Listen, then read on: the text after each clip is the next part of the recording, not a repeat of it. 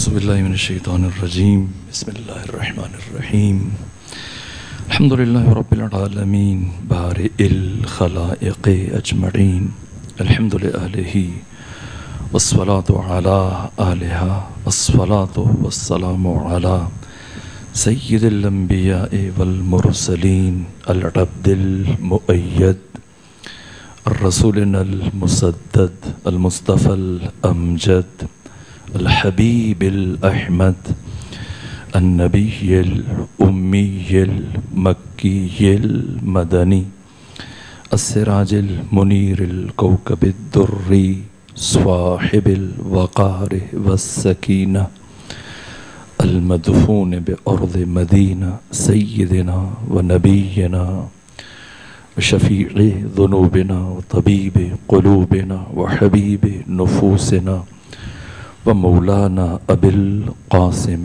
محمد المصطفى صلى الله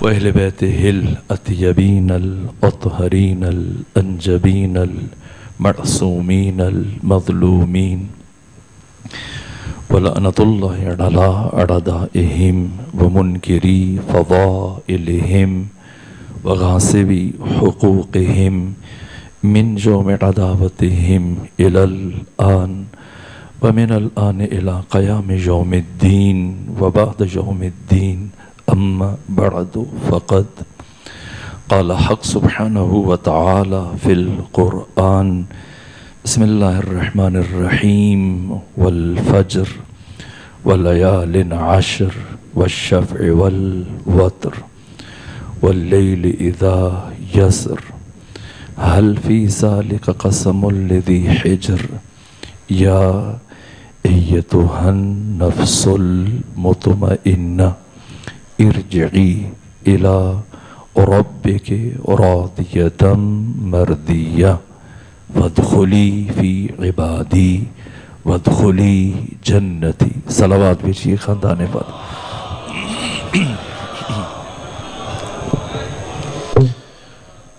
روز شہادت حضرت امام محمد باقر علیہ التحیۃ والثناء معصومین کی بارگاہ میں آپ مومنین کی خدمت میں تعزیت پیش کرتا ہوں.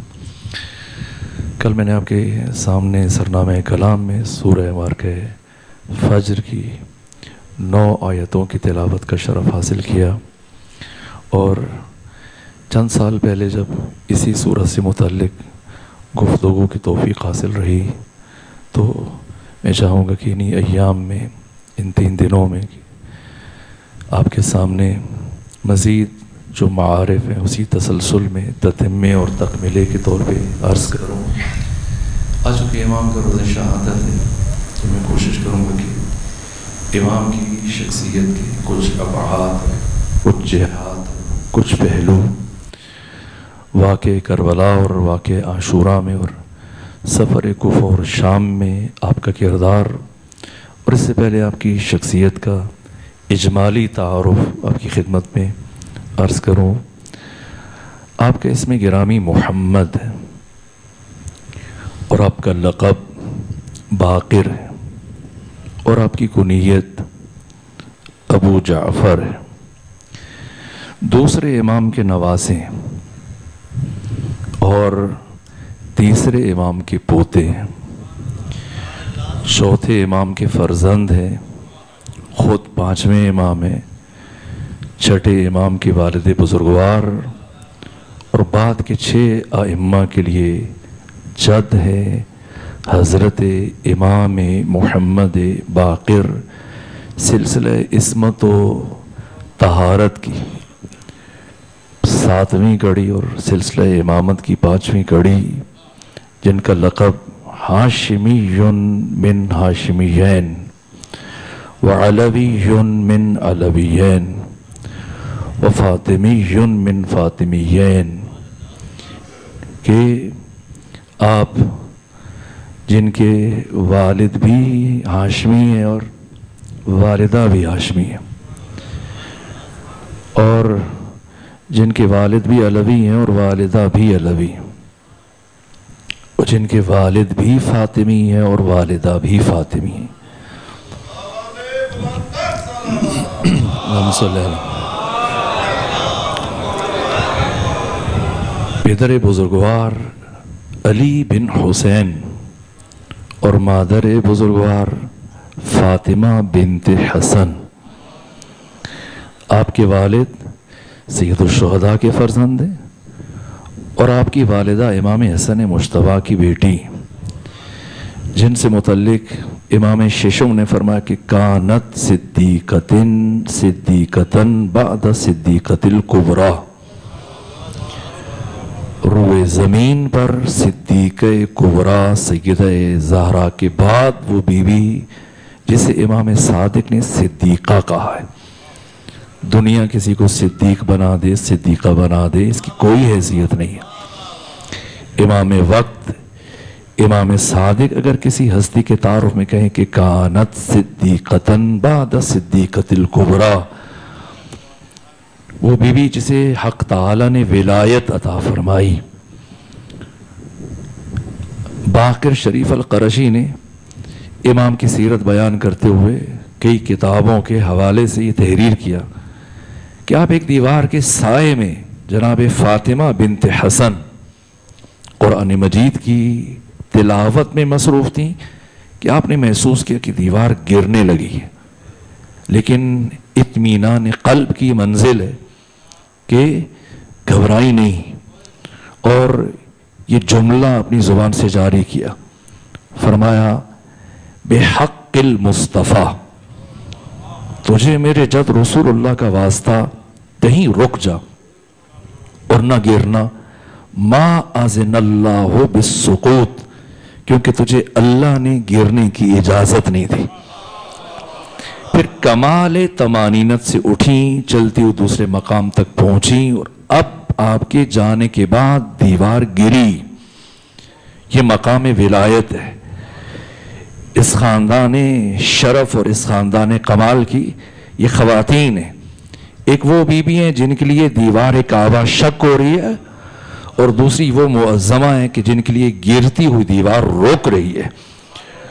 وہ علی ابن ابی طالب جیسے ولی خدا کی مادر گرامی ہیں، اور یہ امام محمد باقر جیسے ولی خدا کی مادر گرامی ہے۔ ان کا بیٹا بھی ولی خدا ہے، ان کا بیٹا بھی ولی خدا ہے، وہ خود بھی خدا کی ولیہ ہیں، یہ خود بھی خدا کی ولیہ ہیں۔ یہ شرف ہے، یہ تعارف ہے، عالمہ ہیں، فقیہ ہیں، صدیقہ ہیں، طاہرہ، یہ مادر گرامی۔ اور آپ کے پدر بزرگوار امام چہارم، اور خود حضرت جابر بن عبداللہ انصاری جب محضر رسول اسلام میں بیٹھے اور ایک مقام پر جناب جابر بن عبداللہ انصاری نے استفسار کیا، یا رسول اللہ، قرآن مجید کی یہ جو آیت ہے اطیعوا اللہ وَأَطِیعُوا الرَّسُولَ وَأُولِي الْأَمْرِ مِنْکُمْ، یہ اولی الامر کون ہے؟ تو فرمایا کہ اولی الامر کا پہلا مصداق علی ابن ابی طالب، اور داہنے زانوں پر امام حسن مجتبیٰ تشریف فرما تھے، اور فرمایا کہ اولی الامر میں سے دوسرا میرا بیٹا حسن مجتبیٰ ہے، اور بائیں زانوں پر حسین ابن علی تشریف فرما تھے، اور فرمایا کہ اولی الامر کا تیسرا فرد اور تیسرا مصداق میرا بیٹا حسین ابن علی، اور اولی الامر کا چوتھا فرد اس حسین ابن علی کا بیٹا علی زین العابدین۔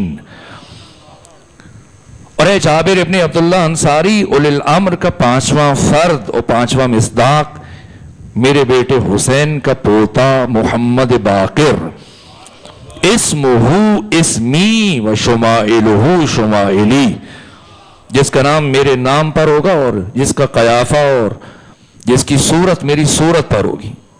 ویسے تو یہ 14 کے 14 حقیقت واحدہ ہیں، حقیقت محمدی ہیں، پہلا بھی اور دوسرا بھی اور آخری سب کے سب، لیکن ظاہری اعتبار سے آئمہ میں سے صدیقہ کبریٰ کے بعد 3 امام ہیں جو ختمی مرتبت کی شبیہ تام میں، ایک امام حسن مجتبیٰ، دوسرے امام محمد باقر، اور تیسرے امام زمانہ۔ کہ امام زمانہ کے لیے فرمایا اسمہ اسمی و کنیتہ کنیتی و شمائلہ شمائلی، لیکن دوسری شخصیت حضرت امام محمد باقر، اور ختمی مرتبت نے فرمایا اے جابر، تجھے پروردگار توفیق دے گا کہ تم میرے فرزند محمد باقر کی زیارت کا شرف حاصل کرو گے، اور جب تمہیں میرے بیٹے محمد باقر کی زیارت کا شرف حاصل ہو تو میرے فرزند تک میرا سلام پہنچانا۔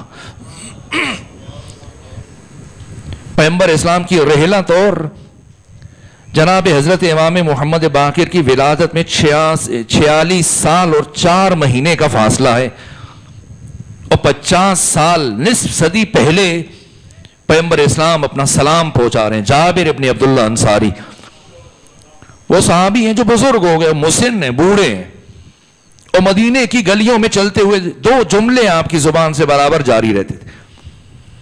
ایک جملہ کہا کرتے تھے کہ یا معاشر الانصار، جو کہ انصار میں سے تھے، انصاری تھے، اور ان کی گلیوں میں چلتے ہوئے انصار کو یہ نصیحت اور وصیت کرتے تھے، یا معاشر الانصار ادبوا اولادکم علی حب علی ابن ابی طالب۔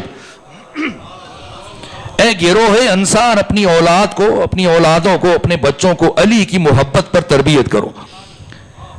فَإِنْ أَبَوْا فَانْظُرُوا فِي شَانِ أُمِّهِ، اگر یہ تأمل سے کام لیں اور علی کی ولایت سے متعلق اور علی کی محبت سے متعلق سوچ میں مبتلا ہو جائے تو تم ان کی ماں کے کردار سے متعلق سوچنا اور نظر ثانی کرنا۔ کہ میں نے پیغمبر اسلام کی زبان سے سنا، یہ جملے دہراتے تھے کہ جنگ خیبر کی کامیابی کے بعد اکثر بیشتر پیغمبر گرامی اسلام اپنے صحابہ سے ارشاد فرمایا کرتے تھے کہ میرے صحابہ اپنے چھوٹے بچوں کو اٹھا کر، یہ جابر کہہ رہے ہیں، حدیث قصہ کے راوی، قبر حسین کے پہلے زائر، کہ میں نے رسول اللہ کی زبان سے سنا، اے گروہ انصار، کئی مرتبہ سنا فتح خیبر کے بعد پیغمبر فرمایا کرتے تھے صحابہ سے کہ میرے صحابہ اپنے چھوٹے بچوں کو اٹھا کر ایسی گلی میں، دوراہے اور چوراہے میں جا کے کھڑے ہو جایا کرو جہاں سامنے سے علی ابن ابی طالب کا گزر ہو رہا ہو، اور جب علی ابن ابی طالب قریب آئیں تو تم اپنے بچے سے علی کی طرف اشارہ کر کے سوال کرو، اتحب ھذا الفتى، اتحب ھذا الفتى، کیا تمہیں اس جوان سے محبت ہے؟ اگر بچہ کہے ہاں ہے تو گھر جاؤ، اللہ کا شکر ادا کرو، اور اگر کہے کہ نہیں ہے تو گھر جا کر اس بچے کی ماں کو طلاق دے دو تاکہ تمہاری بعد کی آنے والی نسل سالم رہ سکے۔ یہ جابر ابن عبداللہ انصاری، مدینے کی گلیوں میں ان کا یہ ورد تھا، یہ ذکر ان کی زبان پر جاری رہتا تھا، ہر روز چلتے ہوئے دوسرا جملہ برابر مدینے کی گلیوں میں یہ ذکر آپ کی زبان سے جاری رہتا، یا باقرو یا باقرو یا باقرو۔ اور بعض افراد تعجب کرتے تھے، شاید بہت مسن ہیں، بوڑھے ہیں، ضعیف ہیں، کمزور ہیں، کمر خمیدہ ہیں، تو شاید ہذیانی کیفیت میں کچھ کہتے ہیں، اور جب کوئی طنز کرتا تو جواباً فرماتے کہ نہ، مجھے رسول صادق نے خبر دی ہے کہ آپ میرے بیٹے محمد باقر کی زیارت کا شرف حاصل کریں گے۔ یہاں تک ایک مرحلے میں جب مسجد نبوی سے باہر آ رہے تھے صحابی رسول جابر ابن عبداللہ انصاری، تو دیکھا کہ ایک بچہ چلا آ رہا ہے مسجد کی طرف، ایسا بچہ کہ جس کے چلنے کا انداز ہو بہو رسالت مآب کے جیسا ہے، جس کی قامت، جس کا قیافہ، جس کا انداز پیغمبر گرامی اسلام کی شبیہ تام، گویا نقش ثانی ہے پیغمبر اسلام کا۔ بغور دیکھتے رہے، اور جیسی وہ بچہ مسجد میں داخل ہوا تو آپ بھی پیچھے پیچھے مسجد میں داخل ہو گئے، اور پھر گفتگو کا سلسلہ شروع ہوا، یہاں تک کہ اب طولانی گفتگو ہے۔ اور اسی ضمن میں جب حضرت جابر بن عبداللہ انصاری آپ کو دیکھ رہے ہیں، زار زار گریہ کر رہے ہیں، تو لبھائے مبارک امام محمد باقر میں جنبش پیدا ہوئی۔ فرمایا، جابر، کیا میرے جد رسول اللہ کا سلام، وہ امانت جو آپ کو منتقل کی گئی، مجھ تک نہیں پہنچاؤ گے؟ جابر نے حضرت کا سلام پہنچایا، اور سلام سن کر امام باقر نے فرمایا، اے جابر، میرے جد رسول اللہ پر بھی سلام ہو، اور اس پر بھی سلام ہو جس نے میرے جد رسول اللہ کا سلام مجھ تک پہنچایا۔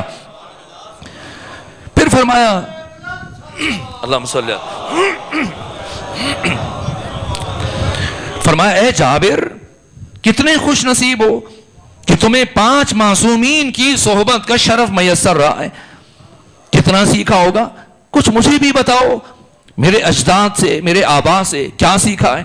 کہ فرزند رسول کیا بات کرتے، اب تمہیں زندگی کے اس مرحلے پر ہوں،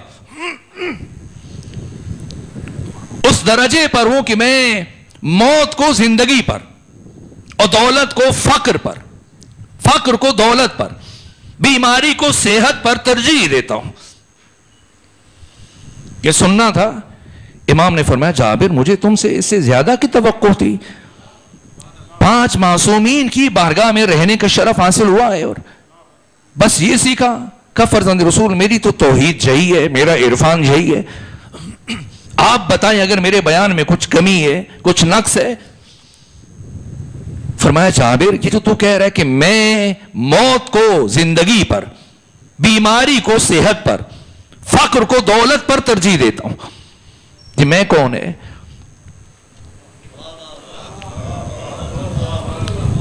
البتہ حضرت امام صادق نے اس کی تفسیر میں بیان فرمایا، ایسے ابو جعفر یعقوب کولینی نے ذکر کیا کہ یہ جو حضرت جابر ابن عبداللہ انصاری صحابی رسول کہہ رہے تھے، اس کا مطلب یہ تھا کہ میں ایسی زندگی جس میں انسان خدا کی معصیت کرے اس پر موت کو ترجیح دیتا ہوں. یہ ان کی معرفت کا درجہ ہے اور چھٹے امام گواہی دے رہے. اور ایسی دولت کہ جس میں انسان خدا کو بھول جائے میں ایسی دولت پر فقر کو ترجیح دیتا ہوں. اور ایسی صحت جس میں انسان خدا کا نافرمان بردار بن جائے اور گناہوں کا مرتکب ہو جائے میں ایسی صحت پر بیماری کو ترجیح دیتا ہوں. کیا صحابی رسول جابر ابن عبداللہ انصاری یہ کہنا چاہ رہے تھے؟ بات تو خوبصورت ہے، لیکن امام پنجم نے فرمایا کہ جابر جب پوچھا کہ فرزند رسول اس میں کیا نقص ہے، کیا کجی ہے، کیا کمی ہے، فرمایا یہ جو تو کہہ رہا کہ میں فقر کو دولت پر، موت کو زندگی پر، بیماری کو صحت پر ترجیح دیتا ہوں، یہ میں کون ہے؟ کہ آپ بتائیے پھر آپ کا عقیدہ توحید کیا ہے؟ فرمایا ہم آل محمد نہ موت کو زندگی پر ترجیح دیتے ہیں، نہ زندگی کو موت پر ترجیح دیتے ہیں، نہ بیماری کو صحت پر ترجیح دیتے ہیں، نہ صحت کو بیماری پر ترجیح دیتے ہیں، نہ فقر کو دولت پر ترجیح دیتے ہیں، نہ دولت کو فقر پر ترجیح دیتے ہیں. ہماری اپنی کوئی مرضی نہیں ہے، ہم تو بس صرف وہی چاہتے ہیں جو خدا چاہتا.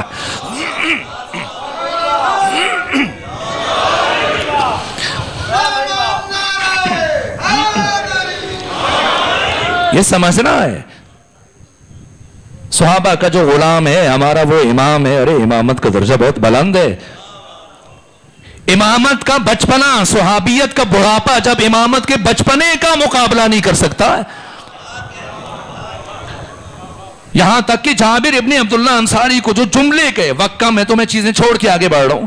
ختمی مرتبہ نے جب فرمایا تھا کہ میرے بیٹے محمد باقر کو سلام کہنا، یہ جملہ کا ہے. فرمایا باقر علوم النبیین، علوم جمع ہے، نبیین خود جمع ہے. اور جمع کے اوپر جب الف لام آ جائے محلہ بے الف لام تو اس کا مطلب ہے کہ اس کی مصادیق لا متناہی ہیں. تمام مصادیق، جمع الجم، یہ جمع منتہل جمع کے معنی میں آتا ہے. جمع محلہ باللام یعنی اس کے تمام مصادیق، کوئی ایک بھی خارج نہیں ہے. پہلے نبیین جمع، اوپر سے محلہ بے الف لام، تو نبیین بھی جمع ہے، الف لام بھی داخل ہے، اور خود علوم بھی جمع ہے. اس کا اب کیا معنی کیا جائے گا، کیا ترجمہ؟ تمام انبیاء کے تمام علوم کا وارث. باقر علوم النبیین. جو باقی کلمات کہے اگر وقت ہوا تو میں ان کی طرف ہی اشارہ کروں. یہ ایک جملہ تمام انبیاء کے علوم کا. آپ کے شاگرد ہیں حضرت ابو بصیر، اور نابینا ہو گئے آخر عمر میں. کہا فرزند رسول میں نے آپ سے متعلق سنا ہے کہ آپ کے جد رسول اللہ نے آپ کے لیے لفظ استعمال کیا، یہ زبان عصمت سے. دیکھیے ہم تو مبالغہ کر سکتے ہیں، 100 کا 1000 بنائیں، 1000 کا لاکھ بنائیں، لاکھ کا کروڑ بنا دیں. اگر مثلا ہزاروں کا اجتماع تو ہم کے لاکھوں لوگ موجود تھے تو ایسا نہیں کہ آپ کہیں بھائی آپ جھوٹ بولے. نہیں، مبالغہ چلتے ہیں ہمارے یہاں. روزمرہ گفتگو میں ہم مسلسل دن میں کتنی مرتبہ اس طرح مبالغہ آرائی کرتے ہیں، اور کوئی یہ بھی نہیں کہتا کہ جھوٹ بول رہے ہو. لیکن یہی مبالغہ اگر کسی معصوم کی زبان سے جاری ہو جائے تو پھر وہ معصوم نہیں ہے، مبالغہ خلاف عصمت ہے. ہمارے ہاں گنجائش ہے، معصوم کے ہاں گنجائش نہیں ہے.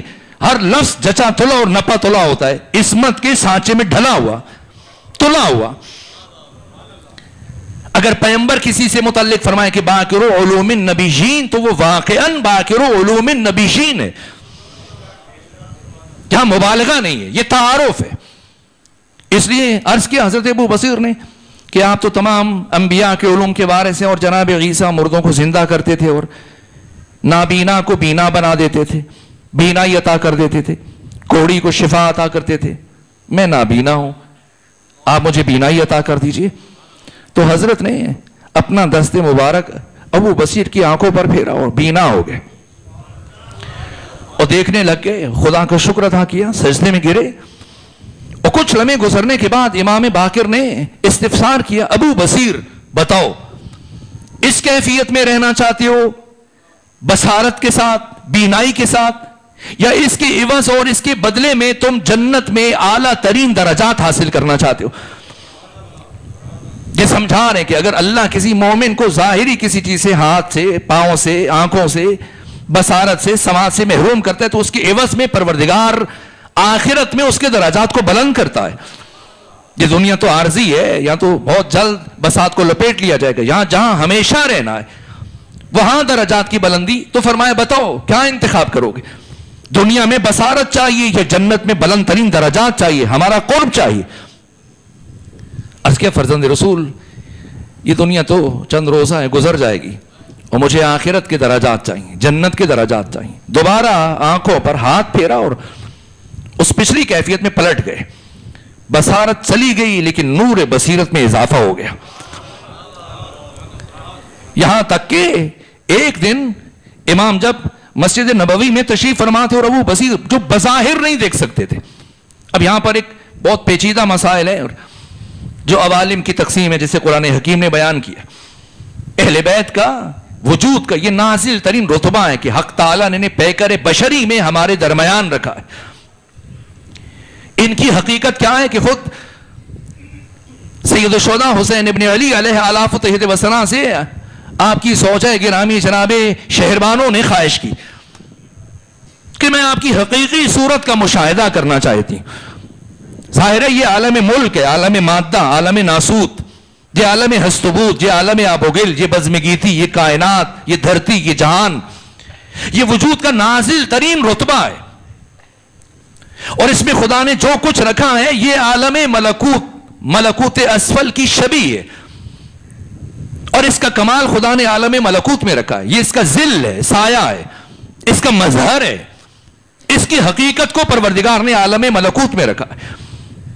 اور عالم ملکوت اسفل کے حقائق کو پروردگار نے بطور اعلیٰ ملکوت اعلیٰ یعنی عالم جبروت میں رکھا ہے.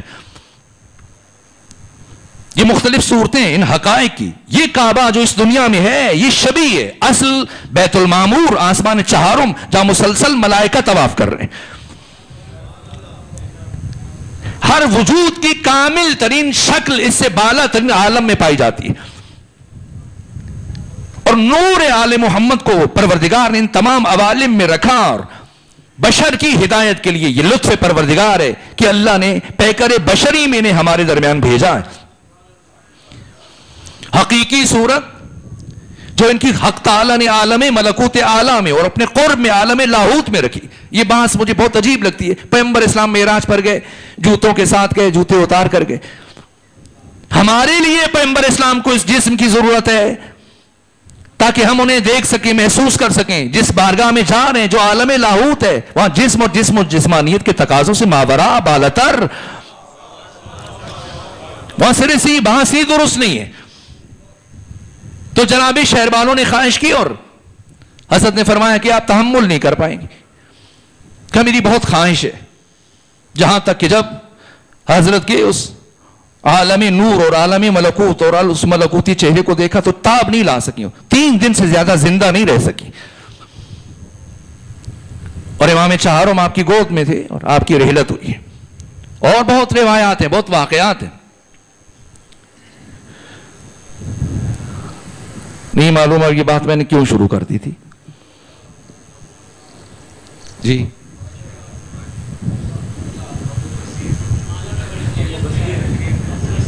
ابو بصیر اور ابو بصیر اب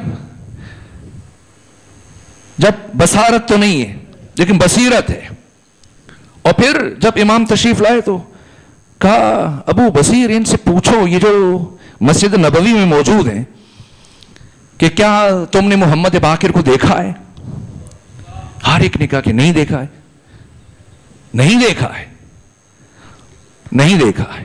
اور کچھ لمحوں کے بعد ابو ہارون مکفوف جب مسجد نبوی میں داخل ہوئے تو امام نے فرمایا کہ ابو بصیر یہ ابو ہارون سے پوچھو. مکفوف کہتے ہیں کچھ کی تو ہوتی ہے نا آنکھیں ہیں بینا ہی نہیں ہے، ان کی آنکھیں ایسے بند تھی، یہ جلد آپس میں جڑی ہوئی تھی. تو کہا ابو ہارون مکفوف تم نے امام محمد باقر کو دیکھا ہے؟ کہ کتنے عجیب ہو، تمہارے پاس کھڑے ہو مجھ سے پوچھ رہے ہو کہ دیکھا ہے. یہ حضرت امام محمد باقر جنہیں ختمی مرتبت باقر علوم النبیین کہہ کے سلام کریں. آپ کا شرف، آپ کا رتبہ، آپ کا مقام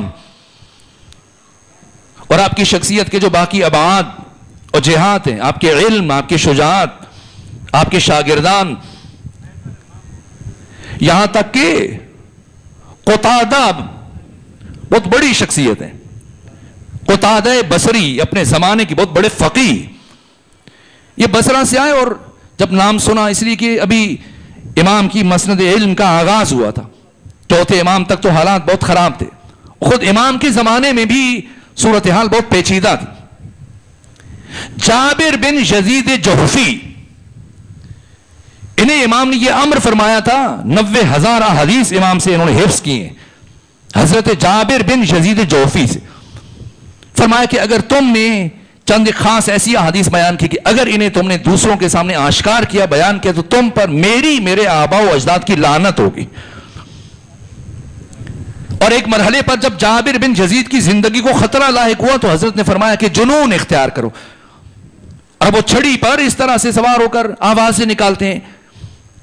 اور حشام بن عبد الملک بن مروان نے کہا کہ میں نے اس کے قتل کا ارادہ کیا تھا لیکن یہ تو پاگل ہے، پاگل کے خون سے کیا اپنی تلوار کو رنگین کرنا. اس طرح سے حالات بہت کشیدہ تھے. یہاں تک کہ صفوان بن یحییٰ وہ کہتے ہیں کہ میرے دادا محمد امام پنجم کے پاس گئے اور جب دروازے پہ پہنچے تو ان کے دربانوں روک دیا، جو محافظ تھے، خادمین تھے، غلام تھے، کہ رک جائیے، امام آپ سے نہیں ملنا چاہتے. کہ میں بہت دکھی اور رنجور ہو کر وہاں سے آیا. اور دوسرے دن خود امام نے بلایا صفوان بن یحییٰ کے دادا محمد کو، جو 8ویں امام کے صحابی ہیں صفوان بن یحییٰ. دوسرے دن خود بلایا اور تو کہتے ہیں کہ کل تو آپ نے بھیج دیا تو میں بہت دکھی تھا، رنجور تھا، اور سوچا اب جب تک نہیں بلائیں گے تو نہیں جاؤں گا. امام نے فرمایا کہ اس وقت میرے پاس حشام بن عبد الملک بن مروان کے جاسوس بیٹھے تھے اور وہ یہ دیکھ رہے تھے، جائزہ لے رہے تھے کہ کون میرے پاس آتا ہے، کون میرے پاس بیٹھتا ہے، کس کو میرے ساتھ قرب ہے، کون مجھ سے محبت کرتا ہے.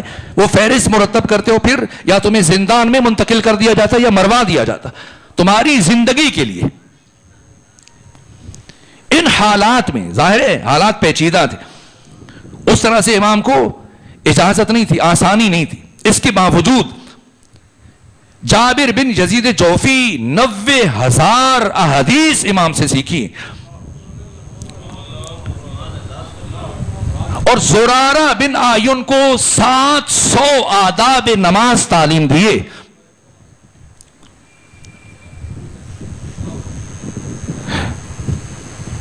یہ جو آپ زیارت عاشورہ پڑھتے ہیں، یہ زیارت عاشورہ تعلیم دینے والے حضرت امام محمد باقر ہیں.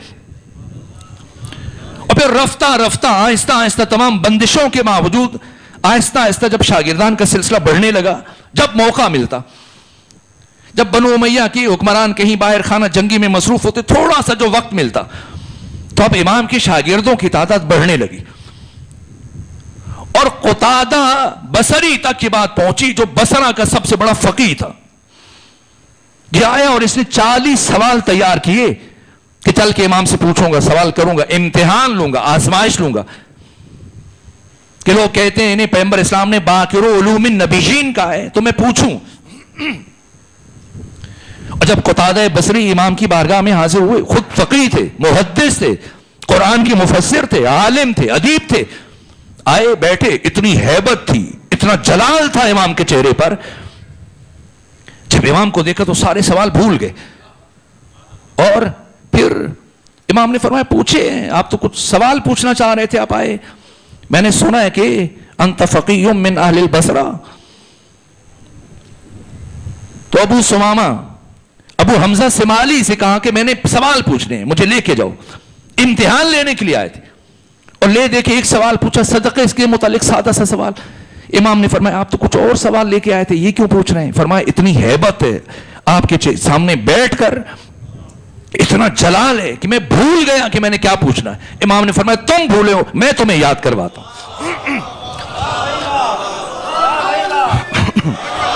ایک سوال کا جواب دیا. اور قتادہ بصری نے کہا کہ میں امام مالک بن انس کے پاس بھی جاتا رہا، بڑے بڑے علماء، بڑے بڑے فقہات کے پاس پہنچا، بیٹھا، لیکن کبھی کسی کے سامنے میرا وہ حال نہیں ہوا جو آپ کے سامنے بیٹھ کر ہوا ہے. یہ امام کی ہیبت ہے، یہ امام کی علمیت ہے، یہ امام کی شخصیت ہے. یہاں تک کہ جب آپ حج کے لیے تشریف لے کے گئے تو ہشام بن عبد الملک بن مروان موقع پر موجود تھا. ہشام بن عبد الملک بن مروان، عجیب یہ تھا کہ اسی کی موجودگی میں خود ایک مرتبہ امام محمد باقر اپنے بچپنے میں اپنے پدر بزرگوار کے ساتھ داخل ہوئے تھے، امام چہارم کے ساتھ. اور اسے جب کسی نے راستہ نہیں دیا اور امام کے لیے راستہ چھوڑا گیا، امام چہارم کے لیے، تو بعد میں جو 1000 افراد شام سے آئے ہوئے تھے ہشام بن عبد الملک بن مروان کے ساتھ، وہ پوچھنے لگے یہ کون ہے، تمہیں کسی نے راستہ نہیں دیا، ان کے لیے سب نے راستہ چھوڑ دیا. کہ میں نہیں جانتا، اپنی خفت مٹانے کے لیے کوئی ہوگا میں نہیں جانتا. فرض تک شاعر اہل بیت موجود تھے، کہا اچھا تو نہیں جانتا، میں بتاتا ہوں. اور 70 ابیات 70 اشعار گئے اس موقع پر. کہا ھذا الذی تعرف البطحا وطاعتو والبیت یعرفہ والحل والحرم. کہ یہ وہ ہے جسے سرزمین مکہ جانتی ہے، جسے اللہ کا گھر جانتا ہے، جسے خانہ کعبہ جانتا ہے، جسے حدود حرم اور مقام حل سب کے سب جس کے مقام سے آگاہ ہیں. اور اے ہشام بن عبد الملک، آج تو لوگوں نے راستہ چھوڑا ہے اور یہ گئے، انہوں نے ہجر اسود کا بوسہ لے لیا. اگر لوگ راستہ نہ چھوڑتے تو اللہ نے علی بن حسین کو اتنی عزت عطا کی ہے کہ خود ہجر اسود آگے بڑھ کر ان کے ہاتھ کا بوسہ لیتا.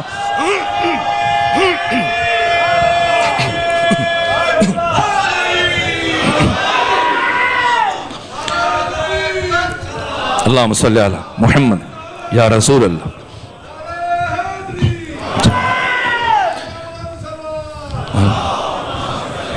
70 ابیات ہیں، 70 اشعار. اور یہ کہا کہ ما قال لا قط الا فی تشہدہ. کہا یہ کتنے بڑے کریم ہیں، تو بادشاہ ہوتے ہوئے بخیل اور کنجوس ہے. یہ علی زین العابدین کتنے کریم ہیں، کتنے سخی ہیں، کتنے جواد ہیں. ما قال لا قط الا فی تشہدہ. یہ وہ انسان ہے جو تشہد کے علاوہ کہیں لا نہیں کہتا. کوئی سوالی آ جائے، کوئی مانگنے والا آ جائے، کبھی کسی نے ان کی زبان سے لا نہیں سنا. صرف تشہد میں لولا التشہد لکان لاؤہ نعم. اگر تشہد نہ ہوتا تو ساری زندگی کوئی علی بن حسین کی زبان سے لا نہ سنتا، تب نعم سنتے سب. یہ باپ کے جملے. اور اب امام محمد باقر نے ہشام بن عبد الملک بن مروان کی موجودگی میں مسجد الحرام میں خطبہ دیا کہ لقد کرمنا بنبیہ محمد صلی اللہ علیہ وآلہ وسلم. اللہ نے ہمیں عزت دی ہے، کرامت دی ہے اپنے نبی محمد مصطفیٰ کے ذریعے سے کہ ہمیں ان کے خاندان سے قرار دیا. وہ سعید ہے جو ہم سے محبت کرتا ہے، اور وہ بدبخت اور شقی ہے جو ہمیں چھوڑ کر دوسری طرف رخ کرتا ہے. جیسے یہ جملے کہے ہشام بن عبد الملک بن مروان، کیونکہ امام علی زین العابدین کے اسی مقام پر جو اس نے ذلت اور رسوائی دیکھی تھی، تو اب ہمت نہیں ہوئی کہ امام سے کچھ کہے بڑھے. لیکن سپاہیوں سے تاکید کی کہ جیسے ہی یہ واپس مدینہ جائیں تو انہیں میرے پاس لے کے آؤ، شام میں لے کے آؤ. اور ادھر یہ شام واپس پہنچا، اور ادھر امام محمد باقر کو اس کے سپاہی آپ کے فرزند امام صادق کے ہمراہ شام لے کر گئے. اور سوچا علم میں تو ان کا مقابلہ ممکن نہیں ہے کہ کسی عالم کو بلائے، اندازہ تھا اس کو. تو اس نے کہا کہ اچھا وہ کام، بزرگ ہیں، بوڑھے ہیں، کسی جنگ میں شرکت نہیں کیا ہے، کہا میرے دربار میں تیر اندازی چل رہی ہے، ذرا آپ بھی تیر اندازی کیجئے. کہا میں بوڑھا ہوں، یہ جوانوں کا شغل ہے، تو مجھے معاف رکھو. کہا نہ میں چاہتا ہوں ہم بھی دیکھیں. تو امام نے کمان اٹھائی، تیر جوڑا، اور وہ ہدف جو معین کیا گیا تھا ایک تیر اس میں پیوست کیا،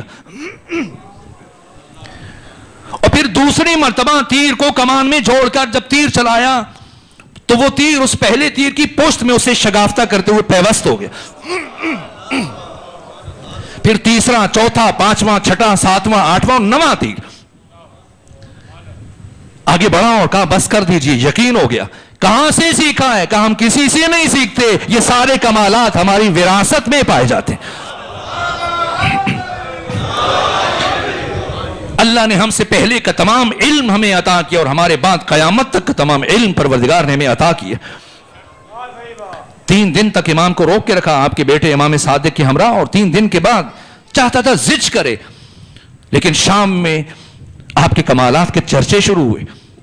یہاں سے امام چلے، اور جب چلنے لگے تو شام میں ایک عیسائی راہب جو پہاڑوں پر زندگی گزارتا تھا اور سال میں 1 مرتبہ شہر کے اندر آتا تھا، اور شام میں چونکہ عیسائیوں کی کثرت تھی تو جیسی سال میں ایک مقام پر، ایک موقع پر، ایک دن جب سب کے سامنے آتا تھا سب کے سب جمع ہو جاتے، پورے کا پورا شام سمٹ کے اکٹھا ہو جاتا. تو امام بھی اپنے فرزند کے ہمراہ یہاں آ کر رکے، ہو جیسی رکے تو پورے اجتماع میں سے اس کی نگاہ پڑی. کہ کون ہے آپ؟ پہلے نہیں دیکھا آپ کو، باقی یہ سارے چہرے مانوس ہیں، آپ کو نہیں دیکھا. کیا آپ کا تعلق امت مرحومہ سے ہے؟ مرحومہ جس پر رحمت ہو. کسی زندہ کو مرحوم کہا جائے تو انسان کہتے کیا وہ انتقال ہو گیا؟ مرحوم جس پر رحمت ہو. خدا ہم سب کو مرحوم قرار دے. مرحوم مرنے والے کو نہیں کہتے، مرحوم کا مطلب ہے جس پر خدا کی رحمت ہو. ایک محروم ہے اور اس کے مقابلے میں مرحوم ہے. کہا آپ کا تعلق امت مرحومہ سے؟ کہا میرا تعلق امت مرحومہ سے. انتم من العلماء ام من الجہلاء؟ علماء میں سے یا جاہلوں میں سے؟ کہ لست من الجہلاء، یہ نہیں کہا ہم عالم، فرمایا میں جاہل نہیں ہوں. کہ پھر میرے کچھ سوالوں کا جواب دیجیے. پہلا سوال یہ ہے کہ جنت سے متعلق میں نے پڑھا انجیل میں کہ جنت میں انسان کھائے گا لیکن اسے رفع حاجت کی ضرورت پیش نہیں ہوگی، نہیں آئے گی. کہ دنیا میں اس کی کوئی مثال ہے؟ فرمایا ہاں، جب بچہ اپنی ماں کے شکم میں ہوتا ہے کھاتا تو ہے لیکن اسے رفع حاجت کی ضرورت پیش نہیں آتی. کہ یہ جو میں نے پڑھا ہے اور سنا ہے کہ جنت میں جتنا کھایا جائے، جتنی بھی نعمتیں صرف کی جائیں، استعمال کی جائیں، کچھ کمی نہیں آئے گی، تو دنیا میں اس کی کوئی مثال ہے؟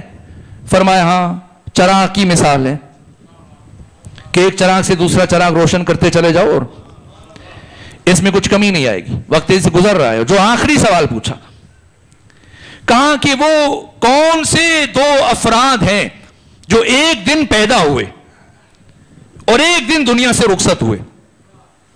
روز ولادت بھی ایک ہے اور روز وفات بھی ایک ہے، لیکن ایک کی عمر 50 سال ہے اور دوسرے کی عمر 150 سال ہے. یہ کہنے کے بعد کہا مجھے یقین ہے کہ آپ اس سوال کا جواب نہیں دے پائیں گے. فرمایا وہ حضرت عزیر اور ان کے بھائی جناب عزیرہ کہ دونوں ایک ہی دن دنیا میں آئے، جڑواں تھے، اور جب 25 سال کے تھے عزیر اور ایک وادی سے گزر رہے تھے، قرآن مجید نے بیان کیا، اور پھر پروردگار ان کو سلا دیا. 100 سال تک سوئے اور جب اٹھے وہ گھر آئے تو کوئی بھی پہچان نہیں پا رہا تھا. پھر تعارف کروایا بھائی کو سب نے. جب تعارف ہو گیا تو پھر مزید 25 سال اپنے بھائی کے ساتھ گزارے اور پھر ایک ہی دن دونوں کی وفات ہوئی. یہاں تک کہ اپنی شکست کا اعتراف کیا اور چلا گیا. اور چونکہ حشام بن عبد الملک بن مروان کے جاسوس پھیلے ہوئے تھے، انہوں نے جب خبر دی کہ محمد باقر اسی طرح سے لوگ ان کی طرف بڑھ رہے ہیں، فریفتہ ہو رہے ہیں، اسلام قبول کر رہے ہیں اور تمہارے خلاف نفرت بڑھ رہی ہے، تو اس نے کہا کہ بعد میں جتنے بھی شہر آ رہے ہیں ان کے مسیر میں جن راستوں سے گزرنا ہے محمد باقر نے، تو کوشش کی جائے کہ وہ شہر کے اندر سے نہ گزریں, شہر کے دروازوں کو بند کر دیا جائے, وہ باہر سے ان کا گزر ہو. آگے تھا مدین, سیریا کے بعد. اور جب امام مدین پہنچے, اس کے جاسوسوں نے وہ دروازے بند کروا دیے ہشام بن عبد الملک بن مروان کے حکم پر. تو یہاں پر امام جعفر صادق کو وہی کھڑا کیا شہر کے دروازے پر, خود پہاڑی پر چڑھ گئے, تشریف لے کر گئے پہاڑی پر. اور پہاڑی کے اوپر پہنچنے کے بعد فرمایا یا اہل مدین بقیت اللہ خیر لکم ان کنتم مومنین. پروردگار نے ہواؤں کو مسخر کیا, یہ آواز تمام اہل مدین نے سنی. ان کے علماء, افاضل, بزرگ دوڑے دوڑے سب کی طرف جمع ہوئے. کہا کہ جب جناب شعیب, ان کا تعلق بھی مدین سے تھا, جب انہوں نے اسی مقام پر چڑھ کر یہ جملے اپنی زبان سے جاری کیے تھے تو اس کے بعد عذاب خدا نازل ہوا تھا, اور ہم اب عذاب کے آثار کو مشاہدہ کر رہے ہیں. تو اگر دروازے نہ کھولے گئے مبادا ہم پر عذاب آ جائے. یہاں تک کہ دروازے کھولے گئے اور بس سائے ڈھل رہے, وقت ختم ہو رہا ہے. یہاں تک کہ جب امام واپس مدینہ تشریف لے کر گئے تو اب ہشام بن عبد الملک بن مروان نے یہ سمجھ لیا کہ اگر یہ شخصیت مزید زندہ رہے تو اسی طرح سے ان کی مقبولیت مسلسل بڑھتی چلی جائے گی. سو امام کی شہادت کا ارادہ کیا اس نے. میں شرمندہ ہوں, کچھ طبیعت کی ناسازی اور وقت کی کمی کے باعث زیادہ کچھ عرض نہیں کر سکا, لیکن ایک اہم پہلو جو میں عرض کرنا چاہ رہا تھا وہ خود امام کا کربلا میں کردار ہے. کل حیات طیبہ امام کی 57 سال 5 مہینے 7 دن. یکم رجب کو 57 ہجری کو دنیا میں آئے, 114 ہجری 7 ذی الحج آپ کی شہادت ہے. 57 سال 5 مہینے 7 دن عمر مبارک, جن میں سے 38 سال 6 مہینے 25 دن نائب امام کی حیثیت سے گزارے, اور 18 سال 10 مہینے 12 دن آپ کا عہد امامت ہے. اور جو 38 سال 6 مہینے 25 دن نائب امام کی حیثیت سے گزارے, ان میں سے 35 سال 15 دن اپنے بابا امام علی زین العابدین کے ہمراہ گزارے, 3 سال 6 مہینے 10 دن اپنے دادا حسین ابن علی کے ساتھ گزارے. یعنی روز عاشور میدان کربلا میں آپ کی عمر مبارک 6.5 سال تھی. 6.5 سال. وہ حسین ابن علی جو اپنی ایک بیٹی کو مدینہ چھوڑ کے آ رہے ہیں اور 2 بیٹیوں کو اپنے ہمراہ لے کے آ رہے ہیں. کسی کو چھوڑ رہے ہیں, کسی کو لے کے آ رہے ہیں. جن کو لے جائے بغیر کربلا بچ سکتی ہے انہیں چھوڑا ہے, جنہیں ہمراہ لے جائے بغیر کربلا نہیں بچتی انہیں ساتھ لے کر گئے. تو امام محمد باقر کو بھی چھوڑ جائیں, مدینہ چھوڑ جائیں, کیوں ساتھ لے کے آئے گی؟ کیا کردار ادا کیا. وقت نہیں کہ میں امام کا کردار تفصیل سے بیان کروں. پہلے مرحلے میں جب شام پہنچا اسیروں کا قافلہ, ایک کام ثانی زہرا نے انجام دیا. یہ مشکل مرحلہ تھا, ابتدائی مرحلہ تھا. یہاں اگر امام سجاد ایک لفظ بھی ادا کرتے تو آپ کو شہید کر دیا جاتا. یہ یزید کا دربار تھا. اس دن امام سجاد خاموش تھے اور آپ کی پھوپھی جناب زینب سلام اللہ علیہ نے خطبہ دیا. اور پھر جب جمعے کا دن آیا, اب ثانی زہرا خاموش ہے اور آج کے دن امام سجاد نے خطبہ ارشاد فرمایا. لیکن وہ مرحلہ جب یزید چلا گیا, وہ سارے مراحل میں نے بیان کیے یہاں آپ کے شہر میں, کن کن مراحل سے کس سطح پہ بات پہنچی, اور 2/3 افراد اٹھ کر چلے گئے. یزید کے پیچھے نماز پڑھنے سے انکار کیا. اور جب یزید گھبرا گیا اور چلا گیا کیا کروں, تو اس کے مشیروں میں اکثریت عیسائیوں کی تھی, ایسے عیسائی جو اسلام دشمن تھے. خود اس کی جو ماں ہے وہ بھی عیسائی تھی میسونہ, اور اس کے جو ننہالی رشتہ دار تھے وہ بھی عیسائی تھے, اور اس کے دائیں بائیں عیسائیوں کی, اور وہ جو اسلام دشمن تھے. پریشان ہو کے پوچھا بتاؤ کیا کروں, یہ مجھے برابر رسوا کر رہے ہیں, دربار میں بھی مسجد میں بھی ہر مقام پر. کہا بھئی کیا مشکل ہے, جب کربلا میں اتنوں کو مار دیا ہے تو یہ تو چند افراد ہیں، کچھ بچے کچھ خواتین، قتل کر دو ان کو. جیسے یزید نے ارادہ کیا کہ مخدرات عصمت و طہارت کو، امام سجاد کو، ان بچوں اور بچیوں کو شہید کر دے، یہ وہ مرحلہ تھا جہاں امام محمد باقر کا کردار شروع ہوتا ہے. امام علی زین العابدین خاموش ہیں، امام محمد باقر 4 سال سے سن کم ہے. بس اذان کی آوازیں بلند ہوئی تو 2 جملے عرض کروں. فرمایا اے یزید کیا تو جانتا ہے کہ تم میں اور فرعون کے، تمہارے مشیروں میں اور فرعون کے مشیروں میں کیا فرق ہے؟ کہ آپ بتائیں کہ کوئی فرق نہیں ہے. ایک فرق ہے، ایک فرق ہے.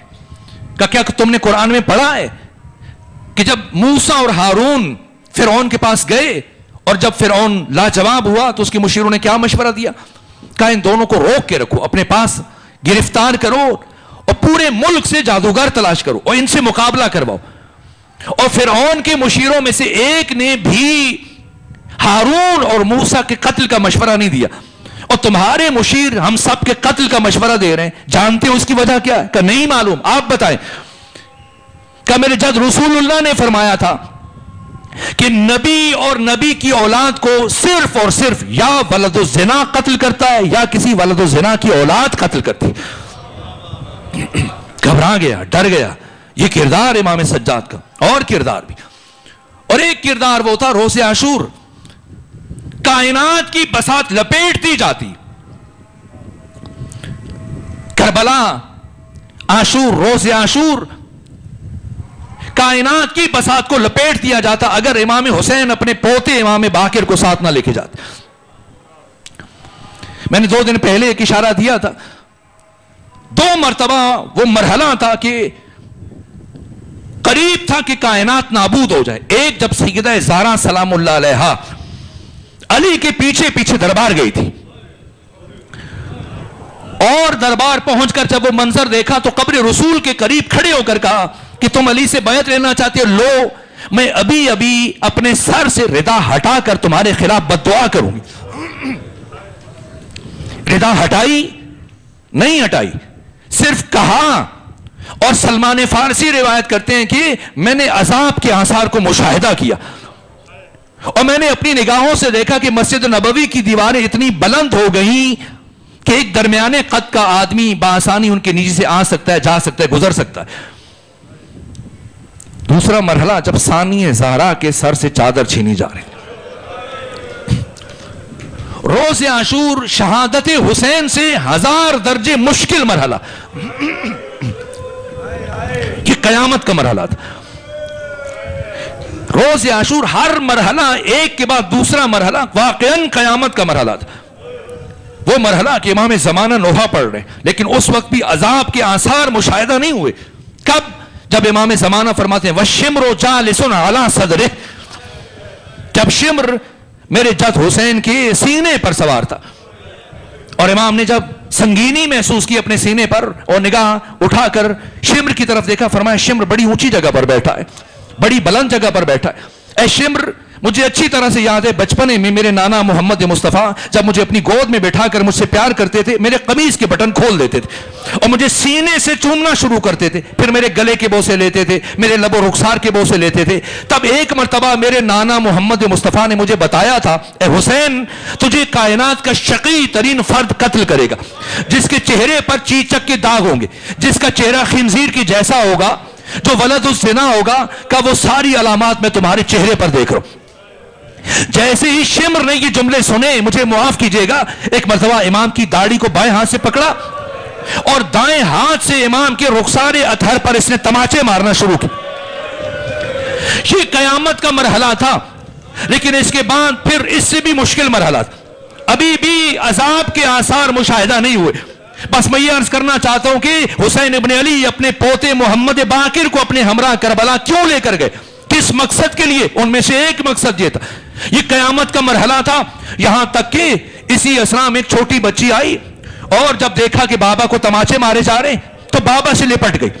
پھر شمر نے اس بچی کو اپنے بابا سے الگ کیا.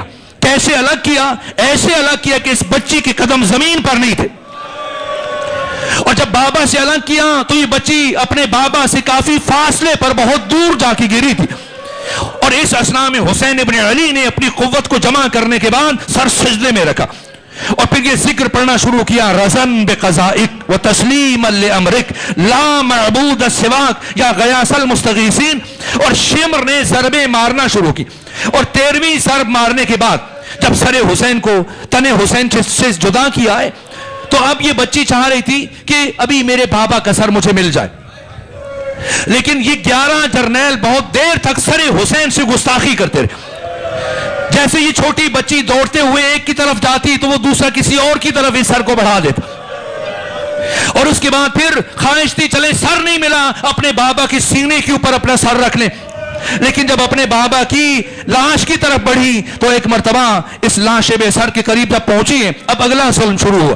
سب سے پہلے اخنس بن مرشد آگے بڑھا اور اس نے حسین ابن علی کا امامہ لوٹا، پھر اسحاق حضرمی آگے بڑھا اور اس نے امام حسین کا پیرہن لوٹا، اور اس کے بعد اسود بن خالد آگے بڑھا اور اس نے امام حسین کے جوتے اتارے، پھر جمی بن خلق آگے بڑھا اس نے امام کی شمشیر اتاری، پھر عمر ابن سعد آگے بڑھا اور اس نے آگے بڑھ کر امام کی یمنی چادر اتاری، اشعث بن قیس کندی کا بیٹا آگے بڑھا، اس نے زرہ اتاری، اور پھر جب جسم اطہر پر کچھ نہ بچا ایک 7واں شقی کھڑا ہے، کون؟ بجتل بن سلیم، اور اس کی نگاہ امام کی انگلی میں ایک انگوٹھی پر پڑی۔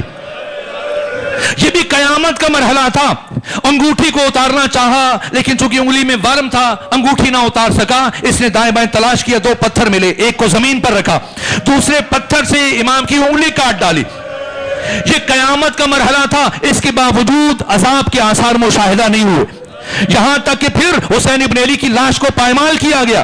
یہ چشم فلک نے سارا منظر دیکھا لیکن ابھی بھی مقتل نگاروں نے لکھا کہ عذاب کے آثار ظاہر نہیں ہوئے تھے، یہاں تک کہ جب یہ 11 جرنیل اپنے سپاہیوں کے ہمراہ خیام کی طرف بڑھے، وہ مرحلہ جب ثانی زارا کی چادر چھننے کی نوبت آئی، یہ قیامت کا مرحلہ تھا، ساری بیبیاں بچے ثانی زارا کے گرد ڈھال بن گئے، یہاں تک کہ تمام بیبیاں لہو لہان ہو گئیں۔ سب سے پہلے جس بی بی نے ثانی زارا کا دفاع کیا وہ جناب ابو الفضل عباس کی زوجہ جناب لبابہ خاتون تھی، اور اس کے بعد دشمن آگے بڑھ رہے تھے، وہ قیامت کا مرحلہ تھا، جیسے ہی دشمن ثانی زارا کے قریب پہنچے اور سیدہ کی رضا میں ہاتھ ڈالا عذاب کے آثار ظاہر ہوئے۔ یہ وہ مرحلہ تھا کہ کائنات ہمیشہ کے لیے نابود ہو جاتی، ایک امام شہید ہو گئے، دوسرے امام حالت غشی میں ہیں، اب کائنات کی بقا کے لیے حسین ابن علی اپنے پوتے امام محمد باقر کو ہمراہ لے کر گئے۔ یہ قیامت کا لمحہ تھا، عذاب کے آثار ظاہر ہو رہے تھے، ایسے میں سر سجدے میں رکھا اور ذکر پڑھنا شروع کیا، سبوح قدوس رب الملائکۃ والروح۔ پروردگار وجود مبارک حضرت امام محمد باقر علیہ السلام کے صدقے میں حاضرین پر اپنی رحمت نازل فرما، جن مرحومین کی ایصال ثواب کے لیے مجلس کا انعقاد کیا گیا ان کے درجات کو بلند فرما، ان کی آخرت کی مشکلات کو آسان فرما۔ پروردگار ہمیں معصومین علیہ السلام کے نقش قدم پر چلنے کی توفیق عطا فرما، ہر مومن کی ہر حاجت کو پورا فرما۔ جملہ مومنین مومنات شہداء اسلام رہبر شہید، ایسے مومنین کی جن کے لیے کوئی فاتحہ پڑھنے والا نہیں اور جن مرحومین کے ایصال ثواب کے لیے آج کی مجلس کا انعقاد کیا گیا، سب کے لیے سورہ فاتحہ اور سورہ اخلاص کی تلاوت کر لیجیے۔